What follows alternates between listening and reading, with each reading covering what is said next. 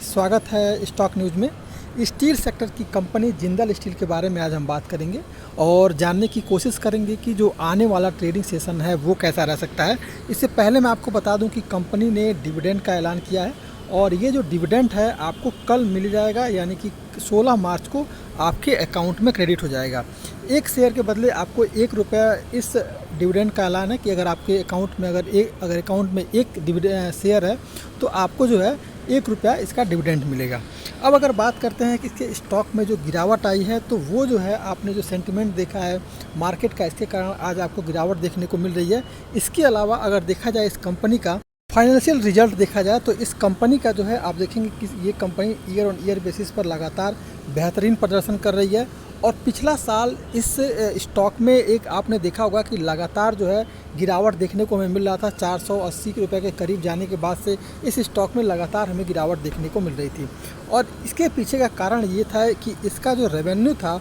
वो इसमें इस बार कम हो गया था। आप देखेंगे कि 2019 में जो इसका रेवेन्यू 46,000 करोड़ के करीब था, वहीं 2020 में 38,000 करोड़ के करीब रहा और अब जो है फिर से इसका जो रेवेन्यू है लगातार जो है इंक्रीज हुआ है और इस बार का जो फाइनेंशियल ईयर में जब इसने अपना रेवेन्यू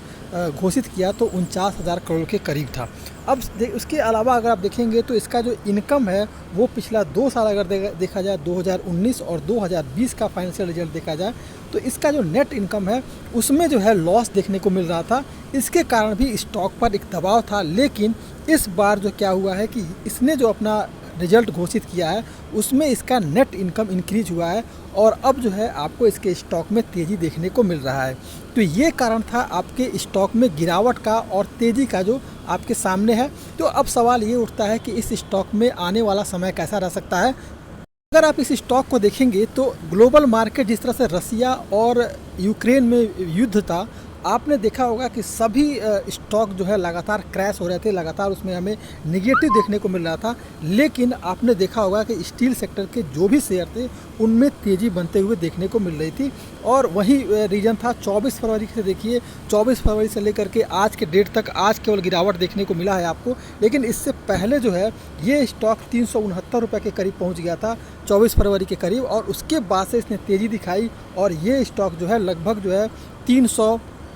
₹469 के करीब जो है स्टॉक पहुंच गया था, यानी कि ₹100 का जंप जो है आपको